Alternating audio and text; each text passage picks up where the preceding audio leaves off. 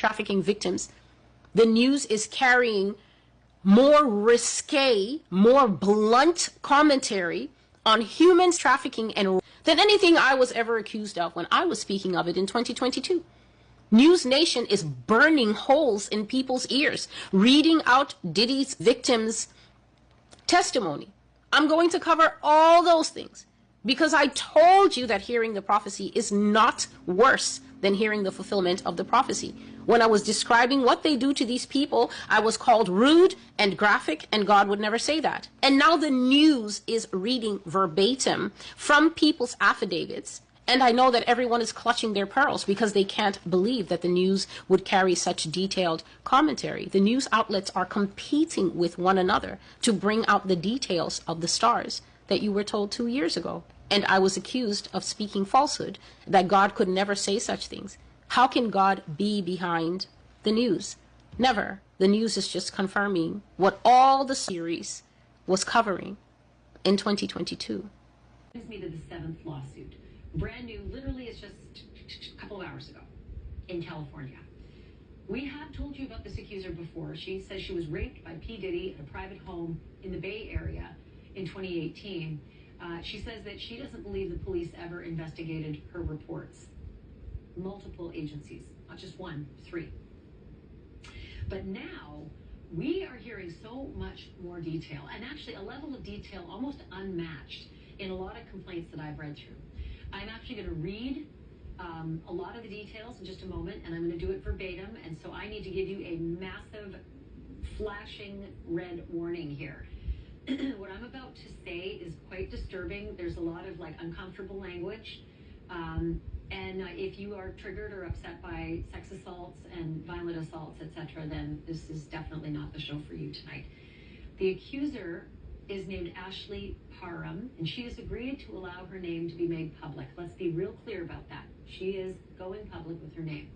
She says that in February of 2018, she met a man named Shane Pierce at a bar, and that Shane FaceTimed Diddy outside on the sidewalk, apparently trying to impress her. But Ashley Parham says that she told both Shane and Diddy on FaceTime that she wasn't impressed. And this is important. She says she believed that Diddy had something to do with the murder of Tupac Shakur and said as much. Allegedly, Diddy warned her that she would pay for saying something like that. Oh. So let's just fast forward now to a month later, where she says this guy Shane invited her to come to his apartment.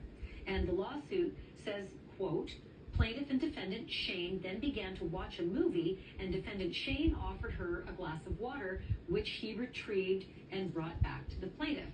A few minutes later, Ashley Parham says that P. Diddy showed up with an entourage, including his top aide, Christina Coram, an unnamed woman who is not a defendant in the suit, and 3 unnamed men, one of whom she says was Diddy's driver, and Parham says that that driver waited outside throughout the whole of what I'm about to tell you. Parham says that Diddy was antagonistic from the start, and that he put a knife to her face.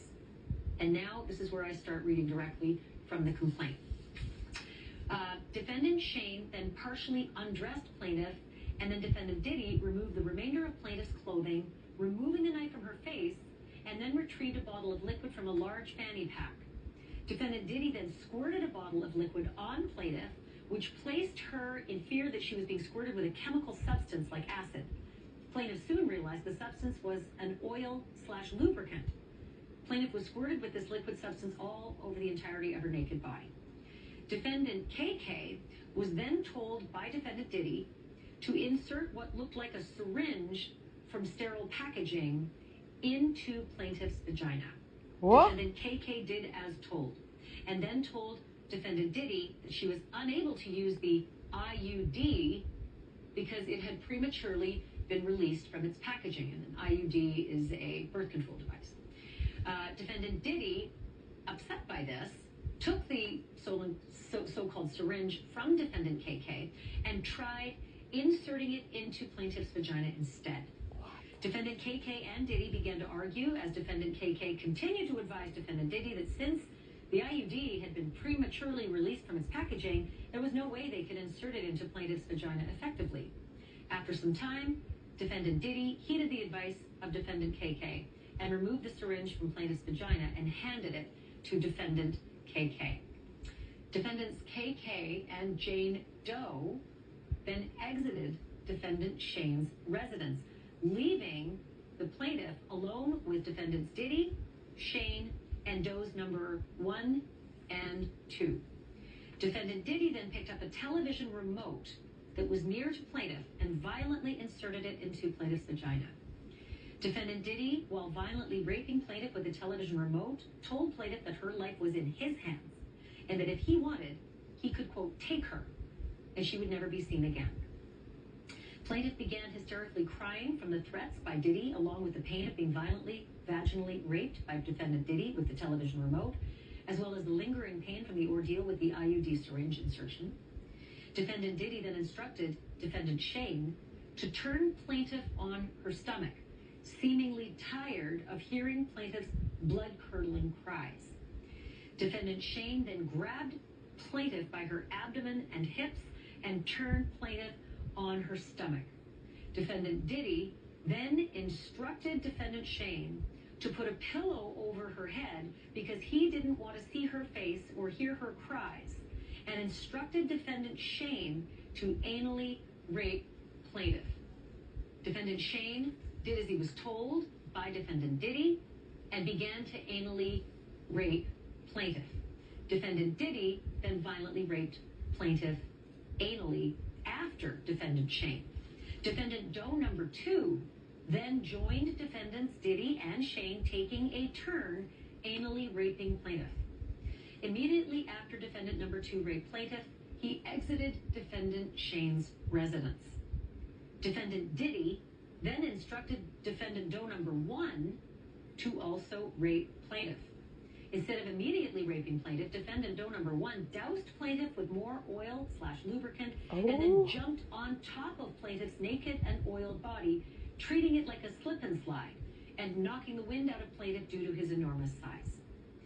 Defendant Doe number 1 then caught himself from sliding over plaintiff's oiled body and off the bed, and then began raping plaintiff vaginally.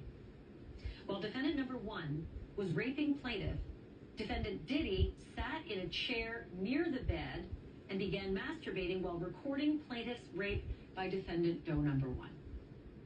Another party's phone fell on the bed near plaintiff.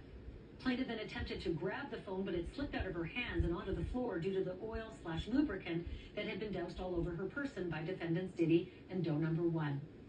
Defendant Diddy began laughing at plaintiff's attempt to grab the phone.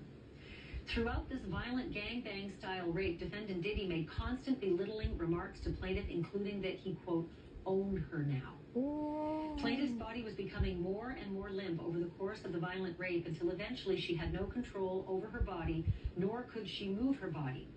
When defendant Doe number 1 finished raping plaintiff, defendant KK entered the room to examine the condition of plaintiff, who was barely able to move or control her bodily functions.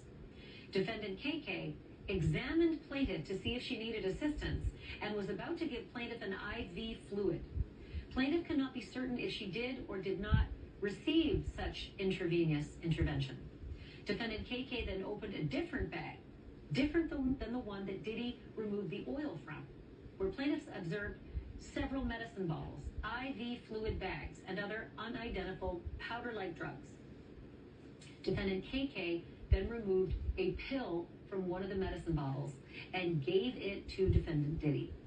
Defendant Diddy then inserted the pill into plaintiff's mouth and down her throat, to where plaintiff had no choice but to ingest the unknown pill. Defendants Diddy, Shane, KK, and Doe number 1 then exited the residence to the backyard, where they smoked marijuana and cigarettes. Plaintiff remained in an almost lifeless state in defendant Shane's bedroom until she finally regained her bodily functions. Plaintiff then began looking for her clothes and her purse that contained her car keys and cell phone, but could not discover them in the room or anywhere in the apartment. Plaintiff was only able to find a t-shirt on the floor, which she put on to cover her naked body. Plaintiff also observed a black condom wrapper on the floor of the bedroom, which she assumed was used by one of the defendants, most likely defendant Diddy, during the rape. Plaintiff then grabbed a knife from the kitchen and headed to the backyard where defendants were smoking, as that was the only way to exit the premises onto the street.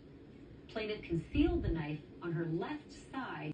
Plaintiff concealed the knife on her left side as she exited the apartment to the backyard area. Upon coming to the exit of the home, which led to the backyard, plaintiff was met by defendant Doe number 1, who was standing at the door between the residence and the backyard. Defendant Doe number 1 did not see the knife the plaintiff concealed on her left side, as it was obstructed by the oversized t-shirt that the plaintiff was wearing. Plaintiff observed defendant Diddy still partially nude from the assault, while defendants Shane and Doe number 1 had on their clothing. Defendant Shane then left to the upstairs portion of the patio/balcony where defendants KK and Jane Doe were already situated. Plaintiff then sat down on a makeshift seat in the backyard when defendant Diddy noticed her presence and remarked that he was surprised she was able to walk because he had given her, quote, enough drugs to take out a horse, end quote. Whoa. Plaintiff then asked defendant Diddy what he gave her, and he laughed and did not provide a response.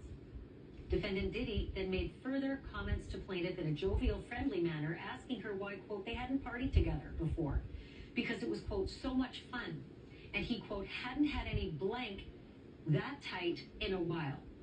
Plaintiff then told Diddy she did not party with him, and she did not enjoy partying with him, and that he'd raped her.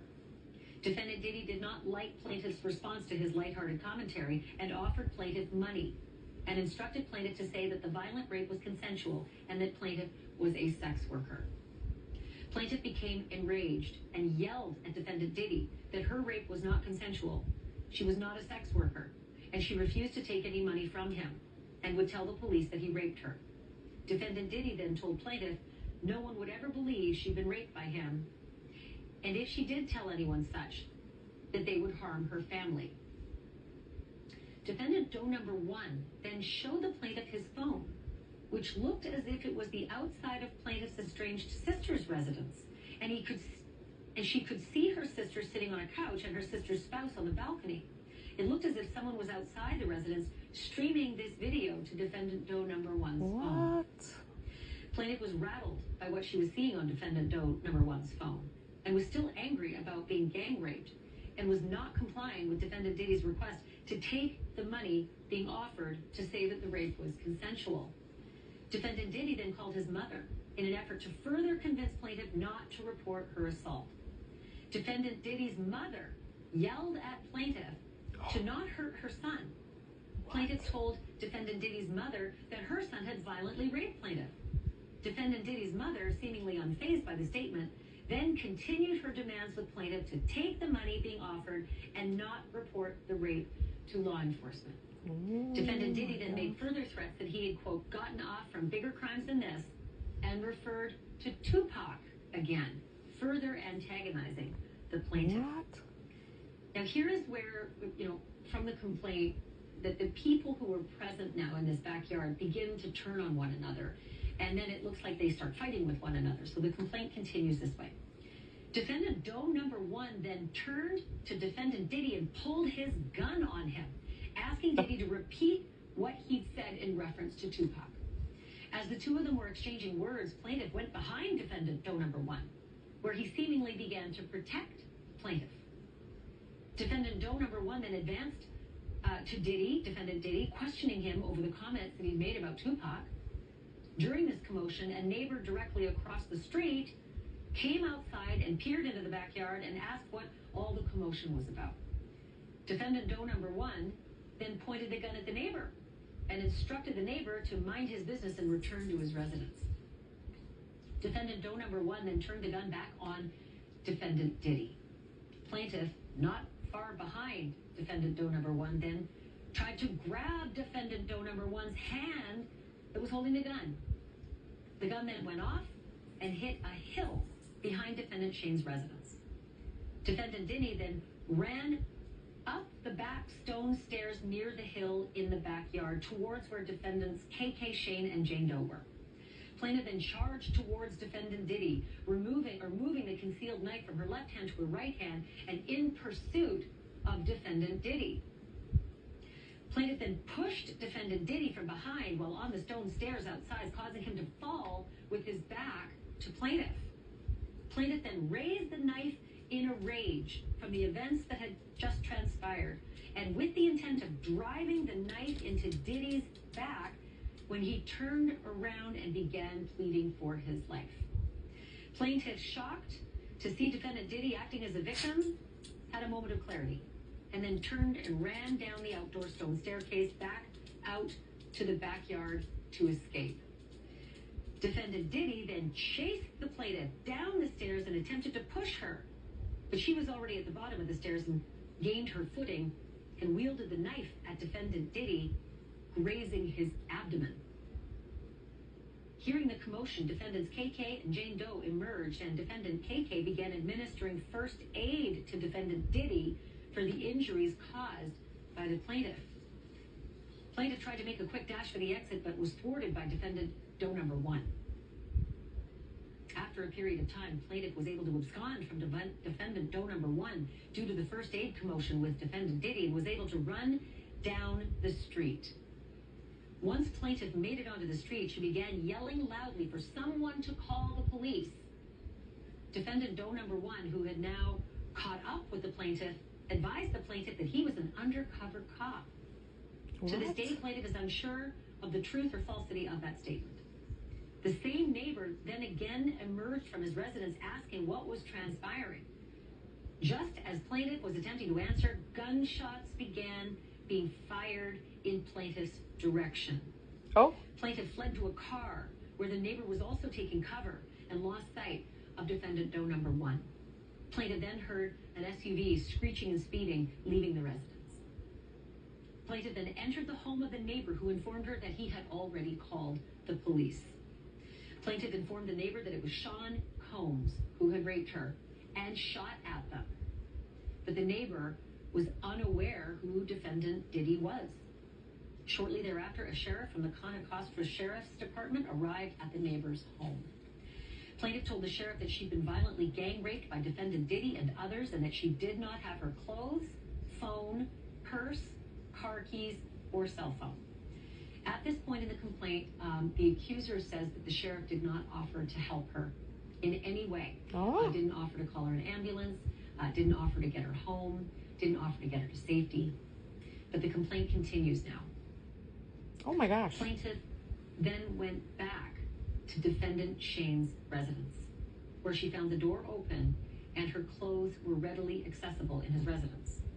Defendant Shane then emerged as if nothing had transpired and offered for plaintiff to stay at his residence while she, quote, slept it off.